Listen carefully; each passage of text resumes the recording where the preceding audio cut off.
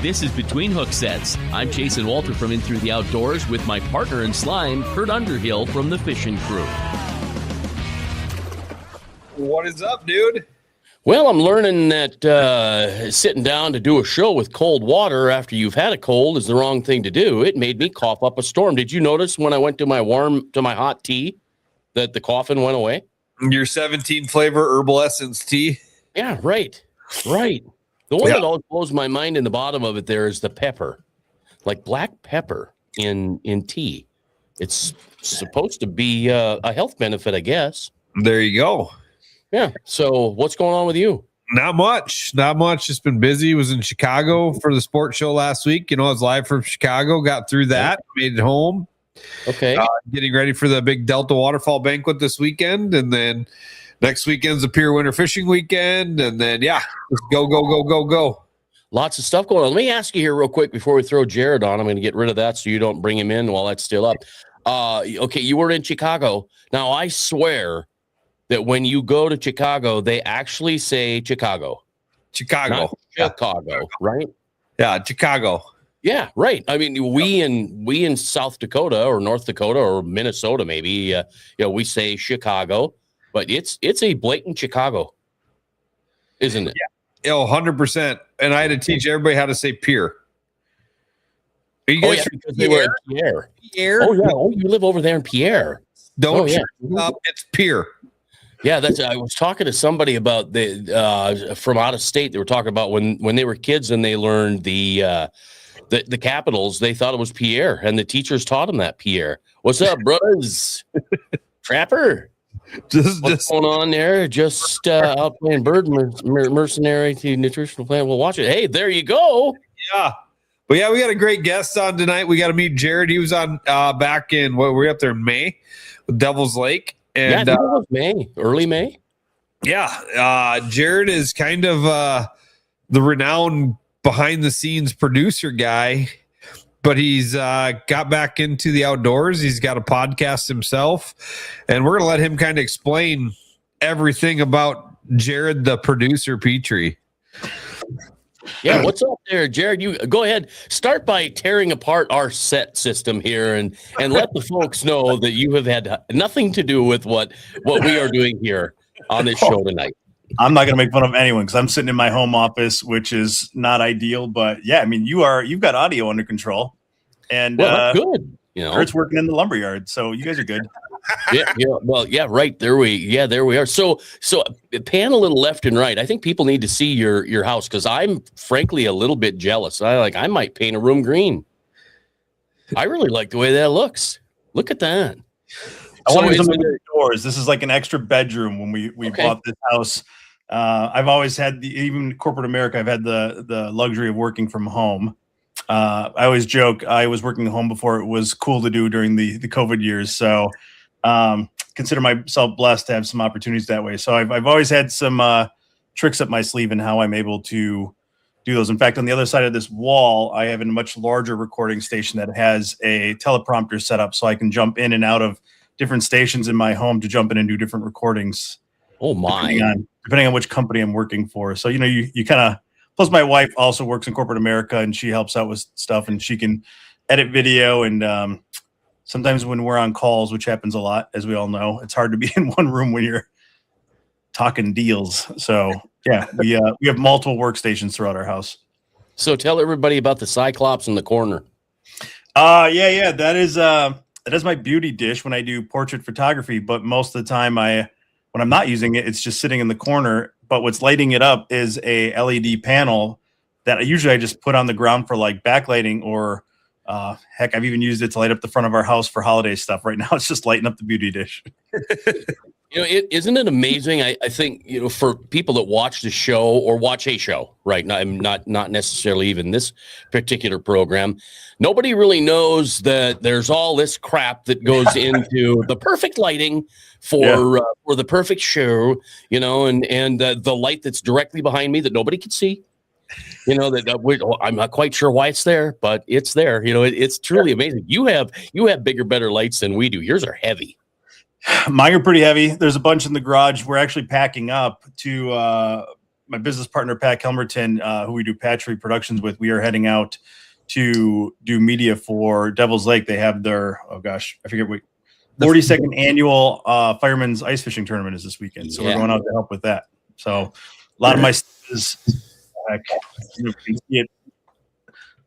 We've got gear and we're packing there. And we've got gear over here. So it's a bit of a rat's nest right now.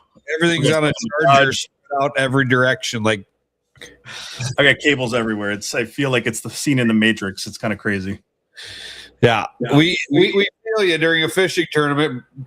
Old Jason's got microphones hanging from the ceiling charging. I mean, you walk in this podcast studio during a fishing tournament and it's like, careful where you step. There's cables hanging everywhere. Yeah, it's true. I mean, everything. There's never the right like setup to where you could like, you think you have something dialed in and you're like, oh, I got 4 more new things and it doesn't fit here to charge. You guys, this is a big deal. Like I held out even for things like my phone. I waited an extra year just to get the model that had the USB-C because like all my mirrorless cameras are all USB-C. All my action cameras are USB-C. A lot of my shotgun microphones have a wireless feature that's all USB-C because I had so many cables and other accessories to support media capturing stuff. My computer can run off USB-C if I don't have my power bank. I have one cord now that can rule them all. So yeah, I mean, like no one really thinks about stuff like that, but that is a huge deal. Like I can buy one cord. It's in my Amazon cart. If I need more or it breaks, everything's 100 watt or more USB-C cord. It can charge and do everything. Yeah, you could pack up to go to a trip to Devil's Lake and you can have everything, all your ducks in a row and everything's good. And you set the camera up and go, oh no, I forgot the USB mini. Yeah. Even my light that's running right now is running off the same cord, all USB-C. I can take direct 120, a wall power, but right. Why you can just run it off power bank? So heck, even these little Sony MP batteries that you guys see, these things run all of my lights and stuff too. So they're my backups of backups. Yeah, it is pretty crazy. So let's as long as you're talking Devil's Lake, let's give Devil's Lake a little bit of love because it's really had they've been kicking him right between the legs there lately and I was going to pop up that media asset. I was going to pop up the headstone thing. I'm like, whatever. It was a joke. I don't know that anybody necessarily meant that it's true. You look at Devil's Lake and think about all the years that thing has not cycled, right? It hasn't really gone through a cycle where the big perch just disappeared. Mm-hmm. Since I was a kid, that was in the 70s, and I know those perch have been there longer than that. And here it is, 2026, and now we're whining a little bit because it's not what it was 10 years ago, 20 years ago, 30 years ago. I can't really speak because I'm relatively new to that part of the country, which I don't take any of it for granted. It's kind of I said, how good was your fishing? It's rhetorical. I just that you could this. From my perspective, it's the vibe of these guys. Were you just dropping a line in the water and catching 2-pound perch every 5 minutes? Like I grew up on like Lake Winnebago, and Wisconsin has almost 15,000 lakes, and we have awesome perch around here too. And but you weren't ever catching them consistently like that. So on one hand, it's remarkable, and I think it's amazing, and I love those stories, and I am jealous, and I would like to catch those.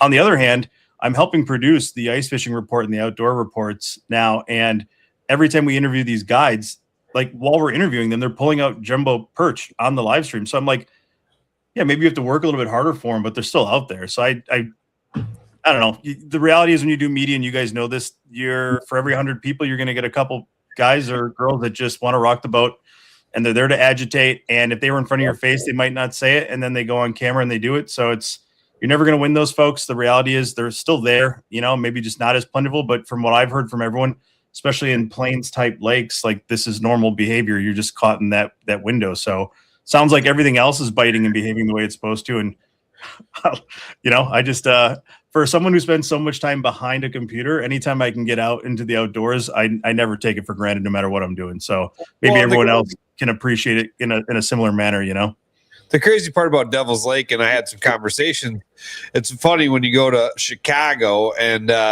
people they see South Dakota and they're like, I've been there, I've been to Devil's Lake. And I'm like, well, that's North Dakota. But how many times I had to correct people that's North Dakota, guys. That is not South Dakota. But, you sit there and you have these conversations, and I'm like, guys, like, It's like the same thing in Lake Wahi. If you've never been here, you're coming from a long ways away. I highly recommend at least one day with a guide. Because Devil's Lake, I mean, I remember one time me and buddies went up there.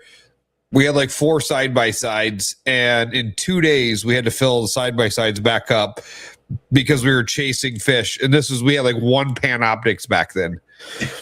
We didn't even have live scope, and we're chasing fish all over this lake, and we burnt a half a tank of gas a day trying to find fish. And we went off the north side of it, or maybe that's the east side. I don't know. Just over, we never got past the Golden Highway. And down every night, like after second night, I pulled the map up to a couple of the guys, and they're like, well, we've had to do a good job covering this thing. And I pulled the map up with our tracks, and they're like, we haven't even hit an eighth of this thing. And I'm like, exactly. Yeah. Like, I've always found growing up on go ahead. I was just going to say Devil's Lake when I was a kid was this big, and it was big, right? But now it's this big, and to have a guide. And oh, by the way, back in the 80s, we didn't have any. Grandpa had the fish locator, so we had nothing. We had absolutely nothing but a Hilux bottle and a great big nut. Yeah, and that's how we marked when we caught fish. You whipped it out, and so 0 electronics. On Devil's Lake, and we still had a good time. It's kind of why I've always, and this is just me, right? Like ice fishing on smaller lakes, because then for me it was always easier to get on fish.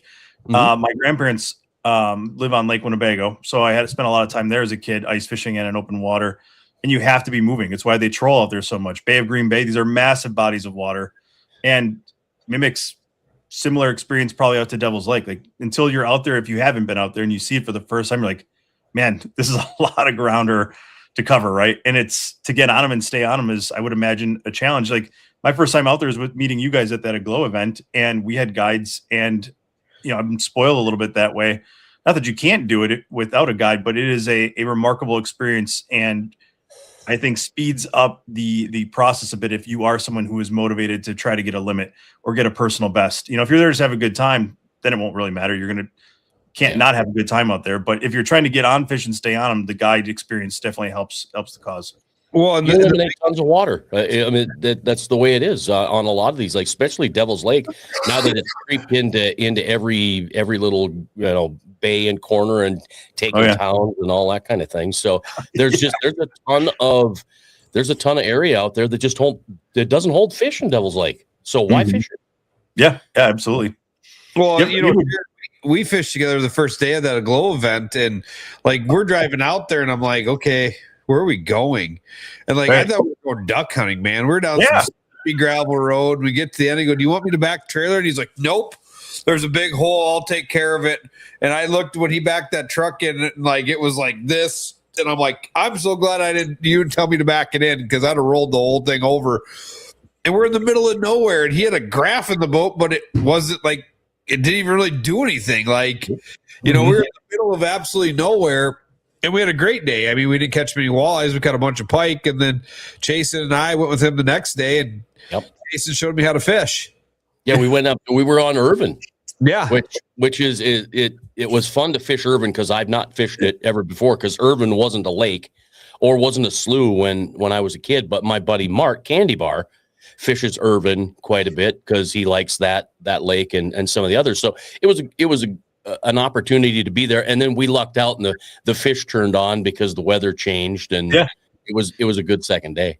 He did like a monopod on day 2, but didn't get in the boat. Dude, I regret not dropping a pin on it and then kind of making it a challenge. Like if someone finds it, call me and I'll hook you up with something, because it's out there. If anyone finds a monopod in Irvin, I'll find something. I'll hook you up with something, because it's out there. As I joke, I've donated a fish crib to Devil's Lake. Did I tell you? I sent you a screenshot, right? When we had the GoPro down and we lost connection wirelessly to see what we were looking at. I thought the monopod would have tipped over and laid on the ground. It was floating vertically, and the GoPro went right by it, and I didn't realize it until I took it back in and looked at the footage, and then I didn't remember where we were when that happened. So I wonder if I could get like the GPS data off the footage. I never went back. Maybe I'll have to see if I can pull that. But yeah, it was a little floating out there this weekend. right. Yeah, that was a thing. Thanks for rocking the boat, Kurt. The Nana to the north. There he is, right there. So, Jared, you let's get into your background a little more, why we call you the producer. And so those folks that don't know, Jared is the brains behind the new Fishing Crew website. And if you hadn't had a chance to go look at that, I think we launched ourselves into a new century with what we did there. The old website was great, but we really I feel like the bar got raised. Do you want to start with your website, or do you want? Or you start about you. Let's talk about you and how you got into this game, and we spent thousands of hours on the phone in the last 6 months. So, kind of give a little synopsis of you, how you got into this game, and where you're headed. Yeah, well, it's kind of weird for me because I'm usually, like I said, the guy behind a computer or the guy behind the camera. So it's weird to get a spotlight yourself. I started off as a graphic designer. I'll start there. Right out of college, print designer, worked for a manufacturing company. But through that, within year one, and we were working with Fortune 500 companies. I was traveling all over the U.S. At the time, President Obama was in office, and he stopped, and I got to video record him doing a plant tour. And then we were sponsoring race cars, Lamborghinis and Aston Martins. So I was traveling in the pits doing all of that. This is all right out of school within the first 3 years. Wow. While I was there, my direct boss used to be a commercial photographer, product photographer. So he taught me how to use lighting in studios. That then was what introduced me to going to do all the corporate events and all the race car stuff. And then just not saying no, right? Opportunities and just taking them. I was young. I didn't have to worry about anything. Then I got into, somehow that bridged into me getting into managing our company's website. I just kept taking all of it on, right? So I went into education, worked at a tech school for a while in their marketing team, went back to school and took coding courses, worked at a couple other agencies, went back to that original company and started up their marketing firm. And it was a multi-million-dollar company. We were selling high bay lighting and wind turbines and solar panels and stuff. Yeah, it was just kind of a crazy ride. So while I was doing this, I had my own business because I kind of realized, and I think a lot of people experience this, if you're trying to grow your career and you just don't feel like everything's clicking right, even though you're getting opportunities, they kind of just are happy with you doing that job. And I was never satisfied with it. Hence my need to always learn something new. So while I was doing all those things and climbing the corporate ladder, becoming a creative director event, ultimately down the road a little bit further yet in that story, I had my own business with a guy who I met at that first company who does a lot of CRM custom development. So we started that within the first year, and I've been moonlighting ever since. And now I'm on my own. The last 7 or 8 years I've been independent, but that entire time while I would work during the day for someone else, I was coming back home and working another 6 to 7 hours every night. So I grew up hunting and fishing, got out of it for a while. As you can imagine, you kind of can't do everything you want to do. So I chose to build up both businesses. And while I was still doing all that, then I was learning how to do digital advertising and branding. And then I was getting into SEO tactics and what that all means. And then eventually it was just too much, and I had enough opportunities, and I broke away. And then it wasn't too long after that I ran into Pat Kelmerton. And then I think I shared this on the last time I was with you guys. Ironically, for anyone who knows Pat, we actually went to the same town, grew up in the same town. I have to tell the story because I think it's funny. His dad, Roy, is an ex-DNR warden in Wisconsin. Him and his sons, Pat and Jared, started an outfitter company called Wolfpack Adventures. They came to the high school, which I was still in high school at the time, asking if they wanted like a community type project, and asked for students that they would recommend. And I was one of the 3 kids picked, and the logo they still use to this day was one I built. So I always joke that, they were pimping us for free labor. Child labor, Good story. I mean, Yep. Before I knew what graphic design was, I was doing it. So it's kind of it's weird to reflect on how things have gone. But yeah, when you say the brains behind things like that, I've been doing this for other agencies in manufacturing and education. I've had clients that have been startups all the way to Fortune 500 companies in every space. It's been a wild ride. It's been really cool. But I've always kind of missed the outdoors. And because when you work so much, especially in the corporate and manufacturing worlds and professional service worlds, you don't ever get outside, right? So there kind of was a need to get back and doing that the older I was getting. So it was kind of cool that it worked out. I kept running into Pat at the ice fishing shows in Oshkosh, and kind of the rest is history. Then it took me on to an Aglow event, and then I met you guys. So, it's been steamrolling ever since. Ooh. Yeah. It's a cool story. It is. And the whole Kelmerton thing with doing a logo in high school is pretty amazing. I got a kick out of that first time I heard it. Yeah. And so you kind of got back into hunting and fishing, and let's talk a little bit about Geared Up North and where that idea came from in your podcast you have. So when I said I kept running back into Pat at the Oshkosh ice fishing show, he was still working with Clam in the Clam booth. I would go there with my the guy who I do Geared Up North with, Martin Ringheisen. Shout out to Martin, and he and I kind of grew up somewhat in the same area. A lot of my family went to the same school as him. He's from St. Cloud, Wisconsin. Anyone that's from that area knows that that's the famous Holy Land area where every town is like unincorporated, but has like 7 bars, 1 church, and that sort of vibe. So good people, hardworking people, but yeah, they like to party. And but I met Mark. We went to college. Do the Glaciers have anything to do with that area? Oh, yeah, they carved it all up, man. Sorry to interrupt you. I had to put the glacier in. I love history. I love geology. I love all these weird little things. I struggled to pick a major just because I'm so fascinated by so many things. And I just, any chance I get to talk about glaciers, just because I love the way the land in Wisconsin is carved up is just pretty unique. So it was even a part in our wedding vows. My wife said she'll tolerate me talking about glaciers. So, if I bring it up in this talk, just bear with me. But Martin and I went to college. He, ironically, crazy stories, we met, even though we played football together. He was on offense, I was on defense. And then I met him at the time, not to date ourselves, on a yearbook staff. It was like a 1 credit, like once a week class for a communication major that I was doubling in. And he at the time was editing video, which I hadn't really seen yet. I was doing photography for these events, musicians and speakers that would come on campus. And man, I'm sorry if anyone's listening that was in that class, but I did not want to talk or hang out with anyone else that was in there. So I was fascinated by what he was doing.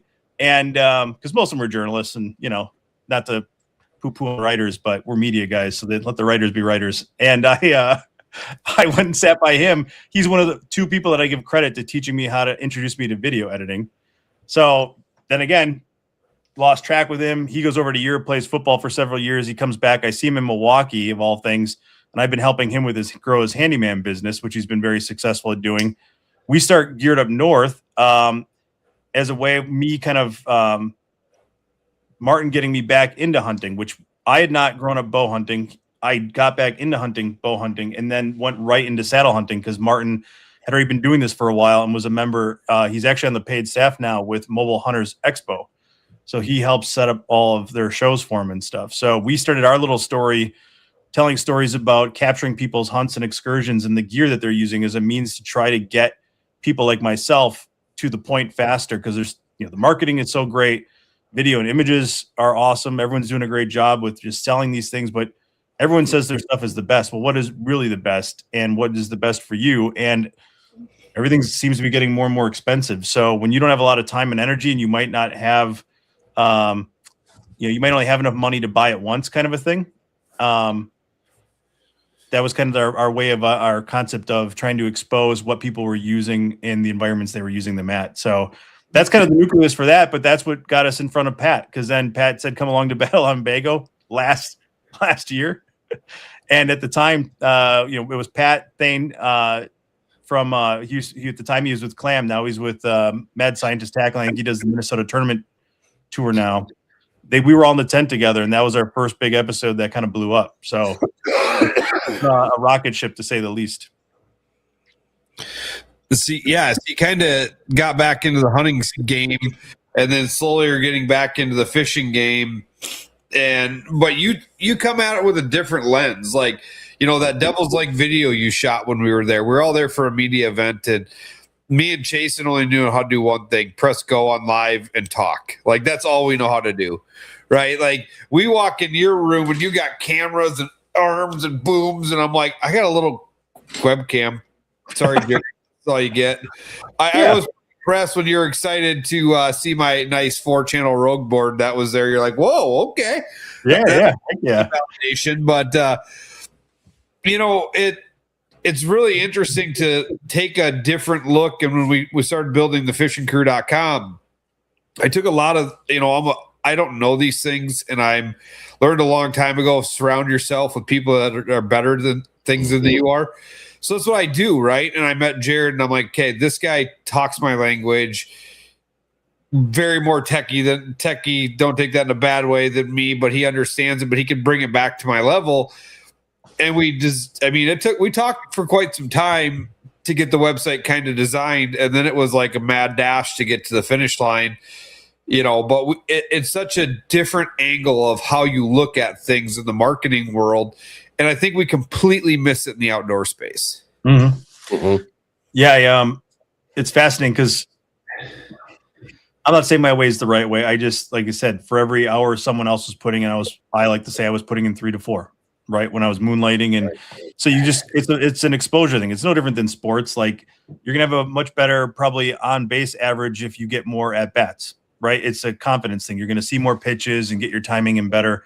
I think the same thing is true in a corporate role. Like and then being able to connect the dots. So it wasn't just a designer. I wasn't just a photographer. It's how can I do all these things? It wasn't my passion. No one grows up trying to do 7 people's full-time jobs, but in doing so, and you understand how they roll and fit into it, I can help tell a better story of what it's supposed to look like and what the results should be and what it should really cost. So now my consultative abilities are very powerful in working with someone like Kurt. So now when I hear what his actual concerns and complaints are, I can then put together a better solution. For example, like with websites, most people I know that even work on websites will only, if they're familiar with WordPress, they'll only put people on WordPress.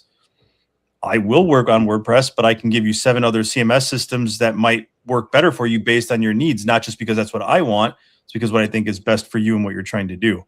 So that's how I take that approach, and then having the comfort and the confidence to know these programs and to use them proficiently enough to actually charge someone to do it for them. Right. Because Kurt, when that website went live, I think within a 24-hour window, you had already $100,000 in sign up or something. I don't know what the exact numbers were, but he's like, yeah, you won't be ready for this. And sure enough, like all night long, you're just getting pinged, people signing up for his terms, which is an awesome experience. But when you're doing that and that's someone's livelihood and that's his reputation, you got to be confident enough in your skills and the platforms you're putting someone on to achieve his goals, but not, wreck his business and his reputation. Well, and it's more than that. It's the way the way we've talked about things and how you direct people and you do these different things, and not to get too techie and nerd out like you like to say, but I will. We had Brian Brosdahl on last week, and he made a comment that it takes 10 years in this industry to make it. Mm-hmm. And it's true. I've been doing it 18 years, right? And it started to roll the last 5-6 years for me, really started to roll. But I think it's not that hard if we look at it in a different lens. If we take it from what Jared, the producer, understands and bring that into the outdoor space, that 10 years, I feel, can get cut down. Mm-hmm. Yeah. Yeah, you got to do it right. I mean, it's just like Jared, when you talked about buying equipment, you go ahead and you can buy these $7.99 lights, right? Yeah. But all of a sudden one day they're going to flicker and they're going to go out and you're spending more money now. You're buying. So you go out and do it the right way.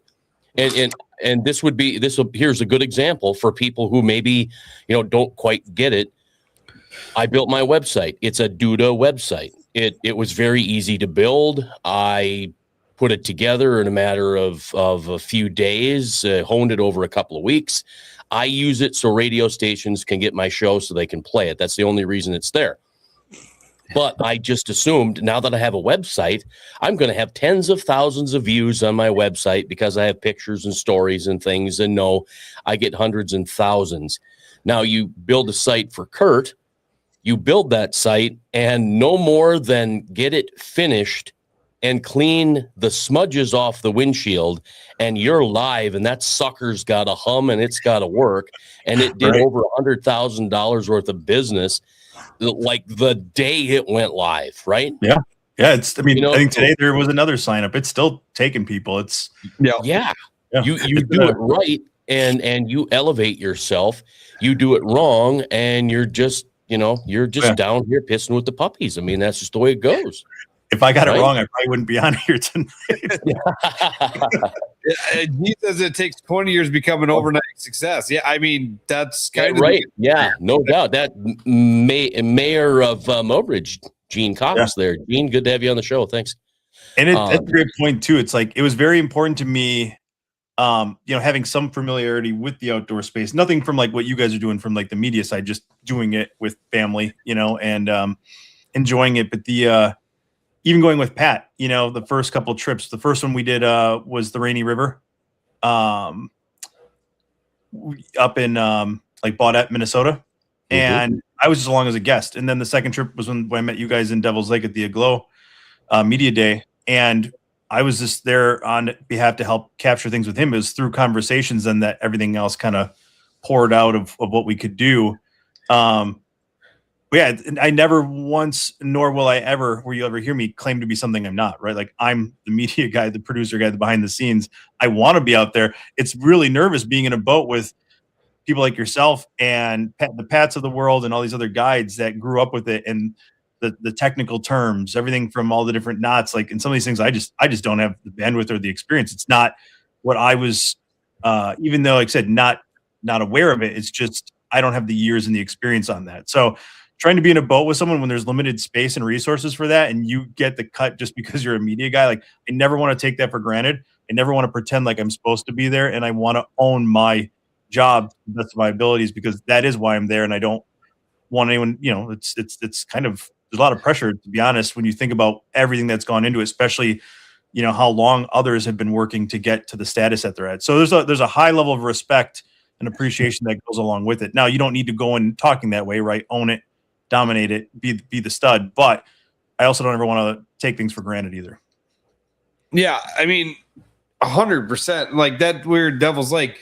I mean, you made a whole video. I didn't even know you were recording half today. Yeah, right.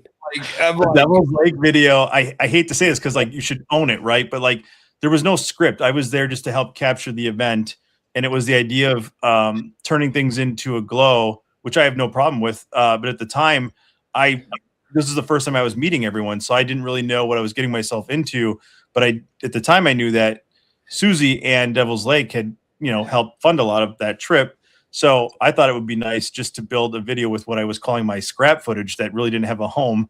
So, all that was, I wrote a script. That's why I'm in the video. It's a scrap footage. Yep. Right, Kurt, I hate to say it, but you're C-roll, buddy. Yeah. Oh, he's not even B-roll. He's C-roll. Kurt's the C-roll, man. Ooh. But yeah, I thought it turned out great. You even have a little chuckle in the video. You had an audio bite in there. Yeah, I mean, a tiny piece. That you had a tiny piece. Yeah, he showed it to me, and I'm like, what the hell? He's even got big deep voice guy doing. Like, where the heck did he get that guy from? Yeah. The voiceover, like, not to fall on a sword here, but, like, again, there was no budget behind it. I just did it as a thank you of showing my appreciation to Susie and the chamber and to Pat and everyone else that I was able to be with in boats for the 2 days. I wrote the script, but then I used an AI voice to read that and dictate that. So that's not even a real human reading it. But, like, and I think part of this too, the other thing people lose sight of, when I call it, in my world, it's man, when you work in corporate America, you have massive budgets for some of these things, and you have huge teams of people. When you get into some of these startups and the outdoor space where there's not the same size budgets, but people still want the expectations. In my world, we call that growth hacking. How are we going to get it done with resources? And I know some people don't feel good about where AI and some of the stuff is going, but as a business owner myself, doing things for other business owners, trying to compete in an ever competitive world, I use the tools, and I really don't care what people say about that. Like, if you want to compete, it's not replacing anything. It's making us do better stuff. Use it to do better projects, be more efficient in your efforts. Right. If I had the budget, I'm never going to be like, hey, can one of you guys be my voiceover? And then I don't have a budget for you though. And then I take your time. Right. Like, I don't think people should work for free in that scenario. So if I can't give you a fair chunk of money for your efforts, then I'm going to have to lean into stuff like that to still be effective. Right. I'm not trying to undercut anyone, but I'm never going to show up and expect someone to help me do something for free, So that's kind of how I get around it. Well, and the AI thing, it's an efficiency tool. I thought it was going to be cumbersome, but it does things that, like you said, you have to contact 2 or 3, 4 people to get something specific when you can just say, do this, I want it this way, that way, and then tweak it. Oh, wait a minute, do it better. Yeah. And boom, you're done. Okay, that would take 2 days. Oh, for sure. And I've talked about this with Kurt. Like, in an ideal world, I would not want to be using it, but the reality is it's not going anywhere. And I don't want to get passed up by other people, no matter what industry I'm supporting. So if I can take my skills and help someone like Kurt or anyone else in the outdoor space compete with other industries that have been using this stuff for a long time already, and bring some of that, no matter what it is, it could be trying to rank higher. Maybe you want your sentiment score. Maybe you want to start ranking in AI searches more. Maybe you just need help with video production, whatever it is. To do all that stuff gets really expensive. So what can we do to keep the cost down? And back to that macro term, I said growth hack our way through it. We build a custom plan using the tools that we have available to us to keep costs down, to give someone a realistic chance to even compete with the way things are going. Yeah, it's amazing. I'm surprised at how AI fills gaps for people that, like you. We're even starting to use it in radio now, where a salesperson will turn in a production order and they'll say, we want 4 or 5 kids yelling, "Yay, dinner's here!" Right. Okay, right. So that used to be all right. Well, Mary down the hall's got 3 kids. If she can get them in here tonight, we'll. No. You tell AI what to do, and boom, it's there. Right. In less time than it takes you to search for it on YouTube. Yeah. Less time than it takes for you to yell down the hall to tell Mary to get the kids. Yeah. Yes. And it's crazy. I'm using it to build liners and truthfully trying to figure out how to help me build little comedy bits for radio. Oh yeah. I don't have to reach out to a comedy service and fiddle with the barter. I don't anything like that. I just tell it, make me a 30-second hilarious radio promo about fishing using Preparation H, and boom. And I am not kidding you. It spit it out in less than 30 seconds, and it's funny. I'm just trying to. You did say spit and Preparation H in the same thing was that's funny right there. The whole thing comes together so crazy. I took a screenshot of Farrah Fawcett because I'm like, I want a woman's voice to say 1300 KOLY. So I do a screenshot and I put her into Grok, and it comes back. It's Farrah Fawcett's voice. Yeah. I'm like, no way. Yeah. It blew my mind. So then I'm like, are you kidding me? So I take a screenshot of me and I put me into Grok, and I say in John Wayne's voice, have this guy say 1300 KOLY. And I'm thinking I'm coming back 1300 KOLY, and it's 1300 KOLY. I'm like, no, that wasn't even close to right. So, AI can really screw with you, right? But it is an amazing tool to fill the gaps. It really does fill gaps. Said that I have a client on the corporate side, and again, if we were just going to offer like doing their social media for the year, like the amount of time and energy it takes to find stuff, and it's not just posting for the sake of posting, right? Like when I do this for people as a service, we're doing SEO audits on them, their competitors. We're finding what people are searching for. We're building content to support that. To do that takes time and energy, as you can imagine. And then to write something that actually applies to that people care about, that they're going to click on. So everything we do is intentional and supports their audiences and the different personas they want to talk to. But like they need other things done. Like they're not just paying us to do social media. So how do we do that? So this is where I would leverage that. But where I'm heading with this is I still let their in-house marketer, I'm very intentional and spend time with them when I generate all of this content. I sit down with them and I explain to them, this is how I got this. This is what it means. It's important you understand the terminology. It's important that you understand how I got to this, especially if like your boss or the internal team is going to question where it came from and why we're doing these things this way and what value it should have and how we're going to track it. And the last thing I always tell them too is make sure you put your own twist on it. To me, it's no different than writing a college paper. If you took something out of a book, you should cite it. You should put your own twist on it, put your own words on it. I'm using it. Heck, when I have people help me edit stuff, for example, if I hire them for side help with other stuff, all I ask is get it somewhere in the 50 to 70% done. I still want to touch it before it goes out for quality control, but that's still a huge lift, and I'll gladly pay anyone to do that. So I think of AI the same way. Even if it writes something that could be published, I still like to touch it to make sure it's got a human touch to it. Yeah, got to do it. Yeah, no doubt. No doubt. It's always necessary. Back in the day, back when I was in high school, there was a website called freebookreport.com. Oh, no. And I don't know how many years in high school I wrote a book report on where the red fern grows because I downloaded it off there. Well, my dad was taking a master's course. Sorry, I'm off track. This just reminded me of it. He's taking a master's course for human behavior, and he had to write his thesis. And he's like, where the hell are you getting your book reports? So I went on there, and it was a paid thing, and it got like an A at Harvard or something. Paid like $50 for this book report, and he got a C. So mad. But yeah, we got a couple of comments here that sorry, you were telling your story and I kind of bust out laughing reading one of these comments. So from Chad, oh boy, now your phone is going to listen and you're going to have green showing up on your phone. Here's no commercials like hemorrhoid cream. Here's the deal. Their Preparation H has not had the brains yet to do the digital advertising. It's not. Because way back when we first started realizing these things were listening, right? Because you'd say something about, I got to get a new prop for my 125. I just got to do it, and all of a sudden it's like, iBoat. It's all over. So I'm like, okay, I'm going to test this thing. So I got this big, blah blah blah, and I need Preparation H, and these hemorrhoids just itch and burn and hurt, and I'm just saying it all day long.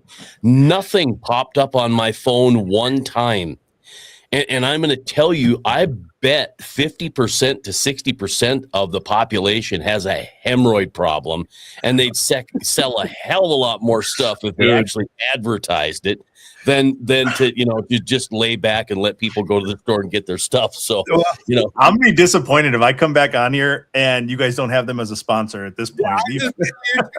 Out my mouth after tonight. If Preparation H isn't going to sponsor us, and after what Gene says, fair sausage one way. And how deep the walleyes are. Yeah. They're the deepest they've ever been. Yeah. Jared, you should come to Rotan Island and revolutionize the tourism market. Yeah.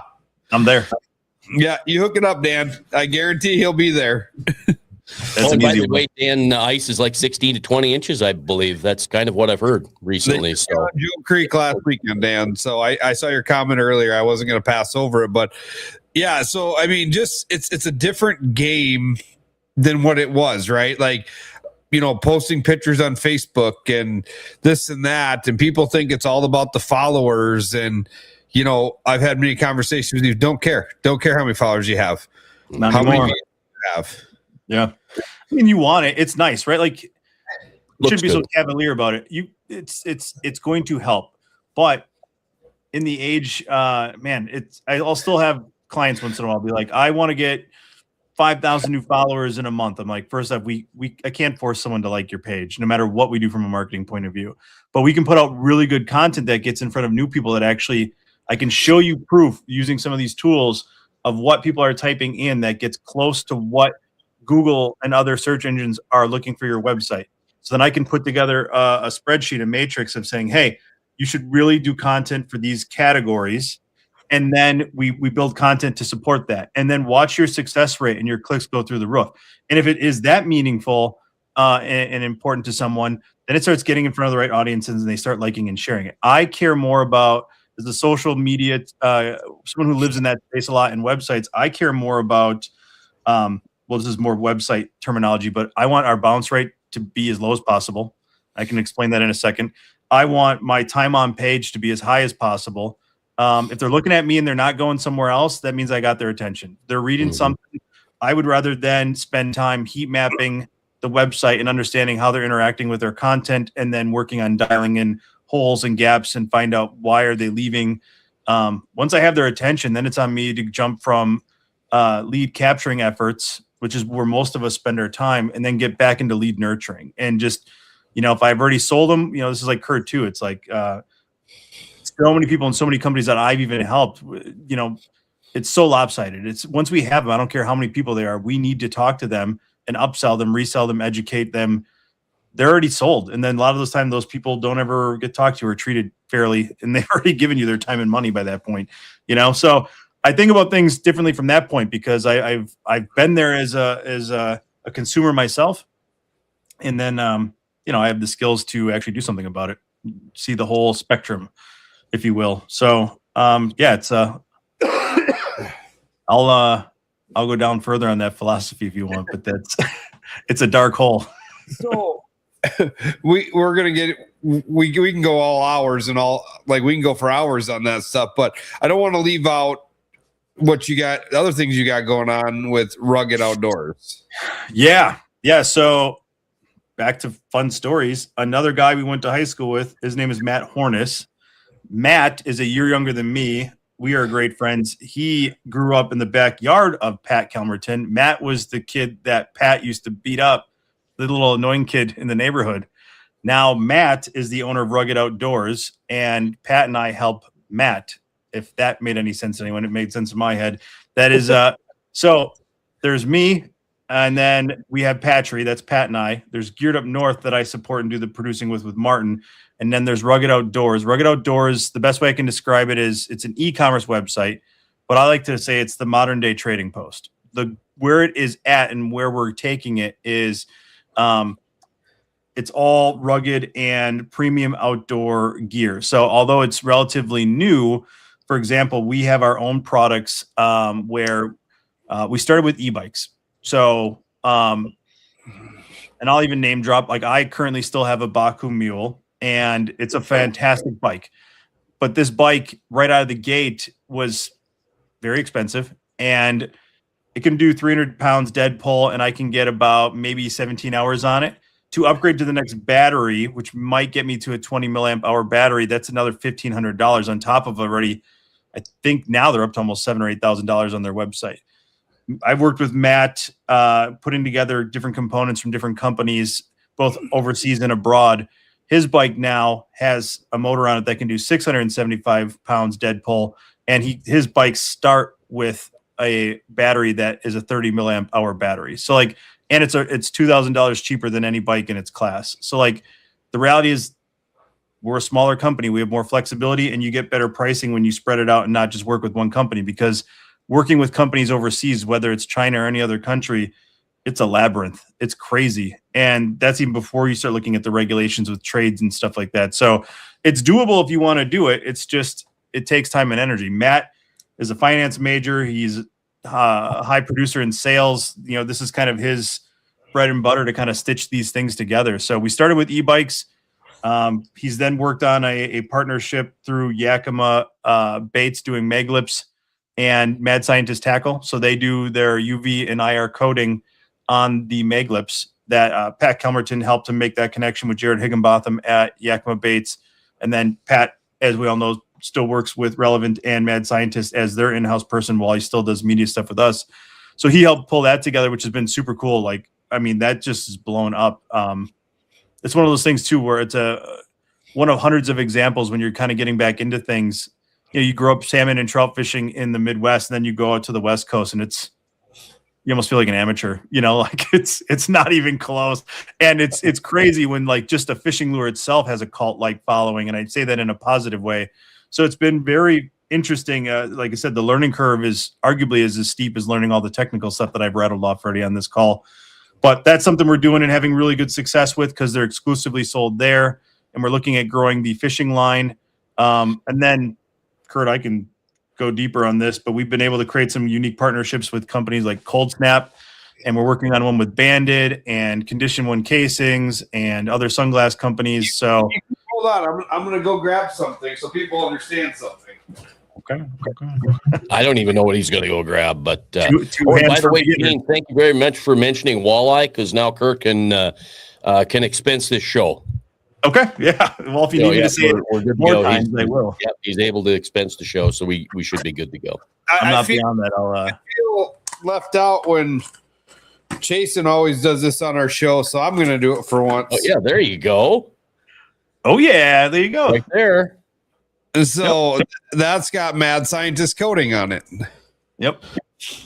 So the what's happening? It's tough, right? Because humans don't see in UV and in these other spectrums. So I didn't know this. Again, I have no problem being humble, right? Like I didn't realize that most predatory fish see in these wavelengths. So when they no longer see in whether it's depth or water clarity, these spectrums penetrate farther and deeper into the water. It's kind of the reason why I've heard Pat describe it. There's a reason why plants and stuff can grow on the bottom at hundreds of feet deep still, right? Because even though it's dark for us, like light is still getting down there in these different wavelengths. So when you think about it like that, you're like, okay, yeah. And then these fish are picking up on that because they have the ability to sense and see in these spectrums. So as the science goes, these lures are reflecting that when they're no longer, the colors and the patterns aren't being picked up as much. So it's kind of crazy when you go watch the videos with these guides that were out. Pat and Matt were just out in Idaho for a trout tournament. I can't remember the name of it. I'm sorry for everyone that was there, but it was wildly successful. And again, like regular lures and non-coated lures, no one was catching anything. They dropped these in the water and they were just hammering them. So it's like on that Rainy River trip, we were using coated jigs. We weren't catching anything all day. Pat dropped this like kind of bluish pearl jig that was coated with their coating. And within like 10 minutes, we had 5 walleyes on. It's just like, all right, now is that coincidence? Maybe, you could argue that, but as someone who doesn't fish enough, I couldn't honestly tell you. All I can tell you is I was there and we went from nothing to something all through changing out. We didn't move the boat. We were in the same spot, No so kidding. yeah, it's kind of crazy. I don't know if I could say like to say you're a believer. I think it's something everyone just needs to try and experiment like anything else we do with lures. And if you have success, you'll be a believer then, Think about it. You're 50 feet down, right? 50 feet, 60 feet, 70 feet down. It's dark. Sorry. But to the average person, and I'm sure to a fish as well, it's dark. But you have that one thing, and that's that UV light that flickers just enough to be seen. I don't know, but magic. They have Norm, the owner of both Relevant Sunglasses and Mad Scientist Tackle. They had coated I forget what kind it was, some sort of similar design to what Kurt had, a smaller minnow, might even have been a Berkeley design. It doesn't have any paint on it. It's just like the blank, and they just coated it with a pink. You want to see that? I didn't figure you'd be able to see it on the camera. Yeah. Oh, yeah. And they were catching fish on that. Just kind of just proving like it's doing what it's supposed to do, whether you have color on it or not. The coating was helping. Now, obviously, scent and noise and all these other things matter. So they'll never claim to replace those things. But if you're looking for a competitive advantage and trying to throw something different at them, here's another way to step up your lure game. And it's like I said, back to where the conversation started. You guys have the only mag lips coated in it. Yep. Yeah, we're working on agreements with them to expand that. It started with mag lips just because of relationships, right? Which is kind of how everything kind of works, especially in the outdoor space. And Pat is really good friends with Jared, really good friends. So they kind of gave us that opportunity. And sometimes you just got to take it and run with it. So as I'm sure most people have heard in their lives by this point, there's no good time really to start or do anything. So you just got to take it so we did, and it worked out really well for us. And we're getting really good feedback. In fact, it's hard to keep a lot of these in stock. So now we're trying to convince people in the Midwest to step up their game and catch up to the coasties. And then we're trying to add some other lures for other species because we'll think we'll have success there too. Yeah. Like Gene says, the old school crappie logic, black twister tail and murky water, white jig body and clear water. It's not superstition. It works. It's works. 100%. Yeah. I mean, I remember when I was a kid, we went down to the James River me and a buddy, and it was raining shitty day, probably one of the best days I ever had. I threw a brown with the orange Mr. Twister tail. Oh, yay. Yeah. Black leadhead jig, and we crushed fish. So not knowing anything back then, like that was instantly you had to use that every time. We could never reproduce that day. And then it got rainy and shitty one day, and it worked again. And I'm like, oh, crappy rainy days. I didn't clarify water clarity. It was crappy rainy days, brown twister with the orange twister tail, black jig head. It's going to catch you fish. Yep. Then then I'll go ice fishing with my buddies, and then after a couple of beers, I'll just put a hot dog on, and then you slam a pike right away. So I don't know what's going on. I got a lot of pike off of hot dogs. Trust me, that's the tactic. I can tell you. Maybe we can get a lure from Mad Scientist that's shaped like a hot dog, but then with UV coat a hot dog. Yeah, I can tell you all. I think that's the oils and the crap that come out of the hot dog. Sure, I wouldn't be surprised. I told you guys. I caught that 63-inch sturgeon on an ice fishing rod on that same trip, and nothing was coated. It was just a hook, but it was all covered in like worms and minnows, and I couldn't even tell you what company it was, but it was some gross. I was just calling it stink because I was just having a blast. But it took that, and man, I agree. I not growing up ever using scent. I'm a big believer in scent with these things as well. Now, so to be honest, where the whole preparation H thing came from, we had a guy on here, an old school PWT fisherman, talking about how he used to coat his baits in preparation H. That's where the whole preparation H thing came from. That's kind of how preparation H. Yeah. Like putting preparation H on your crankbaits back in the day worked. Yeah. I do have a tube in my Garmin bag, by the way. Do you actually try it? You do it? I'm built that way. You know what? Here's the thing. I forgot the last few times I forgot that I even had it. So will I use it next spring if I'm smart enough to remember it's in the bag? Yeah, I'm going to try it. I would love an update. I would love a report on how that works. Yeah, I'm gonna give it a go and just I have to see, So we had a question about those lures. Do they whistle? I mean, like a Nerf football, throw them to the air. I mean, it's all kinds of different things. And in the tackle game, it's a race, right? It's what can you design different. And I always say half of what we buy is for our eyes and not the fish's. My dad would always say back in the day, why does color matter? You really think a walleye down there and at 3 miles an hour, a bait goes by and goes, oh, there's a blue one. I'm going to bite that. Nope, there's a pink one. Don't bite that one. Yeah. But it's got to be something, because there's been days where I put a blue lure out, and so then it catches. You switch everything to blue lures, and it works. Yep. Mm-hmm.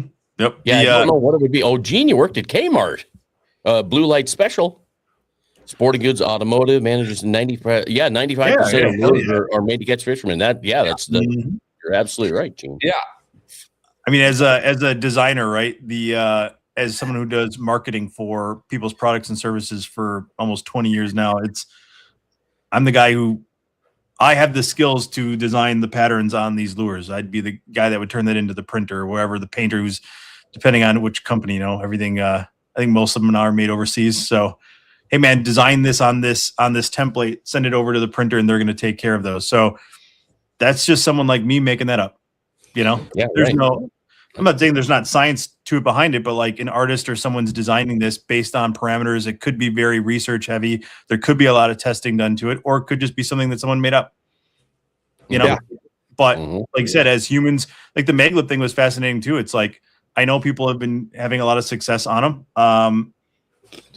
That's what they're sharing and that's what they're showing in photos. So it's hard to deny that, but I'm not going to sit here and pretend that someone else has something that isn't doing equally as good.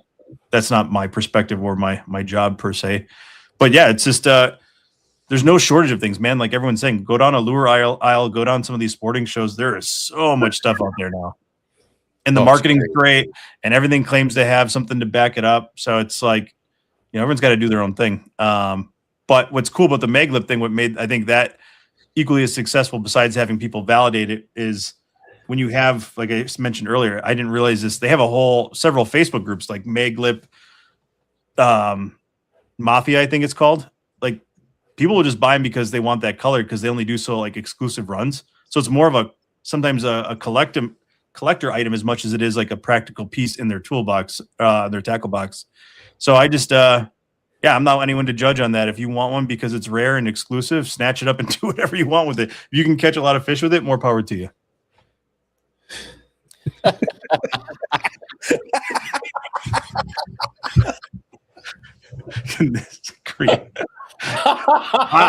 For real. You wonder if that's related to people using corn to go fishing too. There's Jason, you better read that out loud for our podcast listeners that don't see the audio. All right. So Chad Johnson says, you got to wonder whoever came up with, hey, guys, I got a great idea. This cream might stick in my butt. What if we tried it on a lure? Dude, and the fish have got to be like, that tasted. It tasted. That's why I asked if the whistle's lured. The lure's whistle. All right, everybody on three, lift the leg. That logo needs to be on the bottom of this screen here next time. Yeah, really. On ammo too. That's funny. I love it. Oh, yeah. It's just, oh my gosh, I lost my train of thought. Thanks, guys. Yeah, see, that's I'm not gonna be able. I'm laughing too much after my cold. We're just about done. Oh yeah. Well, I mean, okay, keep it going. Yeah. Thank you for the last, man. I mean, man, I hope people comment even if they see this later. The you use Preparation H. There's got to be other weird little, tactics, and I don't care what it is, creams, other weird things that guys have used over the years to put on lures to catch fish that you'd hear it and you'd be like, what the hell are you talking about? They're looking at you like you're serious and you're like, you've got to be kidding me. That's what you do? Guys, Preparation H. You're dipping it in their red gas things, throwing crankbaits out. Yeah, right. Yeah. I've seen but yeah, when we heard Preparation H, that was a new one, and it's ongoing, and Jason carries it around for multiple reasons. Wrecked him. Damn near killed him.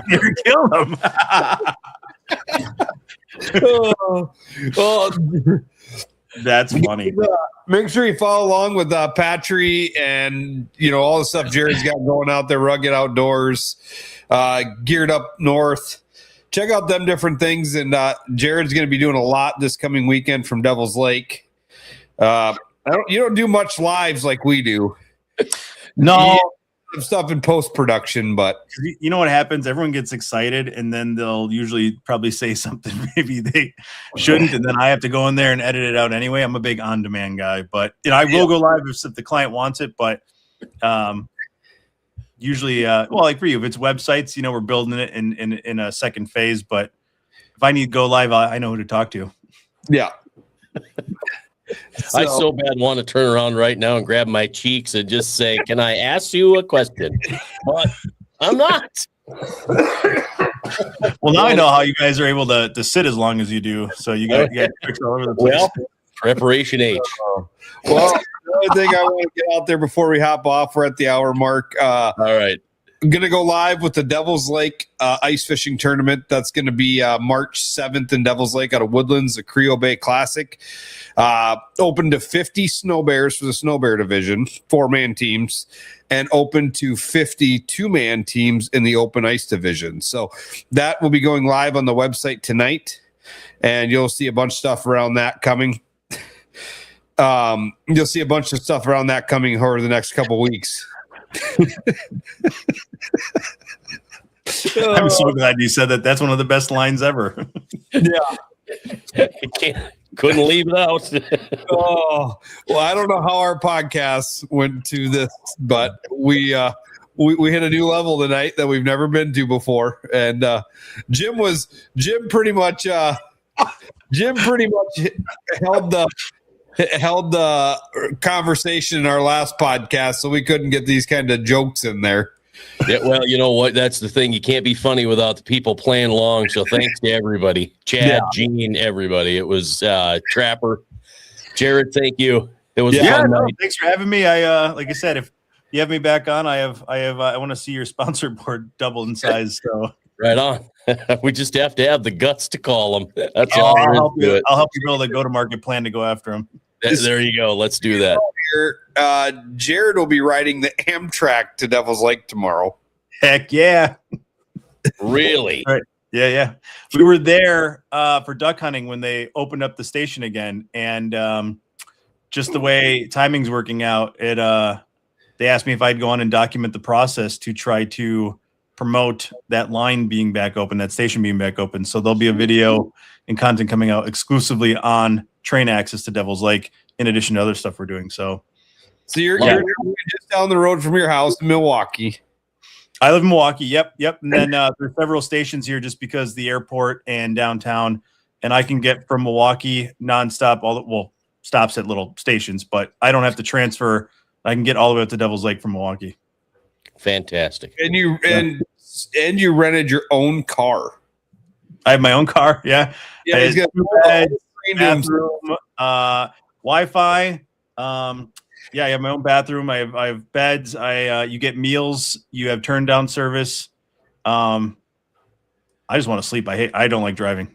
I can work my way out there. I got a lot of stuff to do. So give me a table and the power place to plug in my laptop, and we'll be good. I can't wait to hear how this experience goes. Hope they got Starlink on that train. Yeah. Everyone says they have Wi-Fi, but they really don't, right? Not what I'm talking about. No, there we go. Yeah, someone else validated Amtrak. There we go. Only Connie Fish for preparation. It was so really good. Well, here's the deal. I'm going to go home and I'm going to grab one of those big, long Aberdeen gold hooks and see if I can't thread one through a suppository.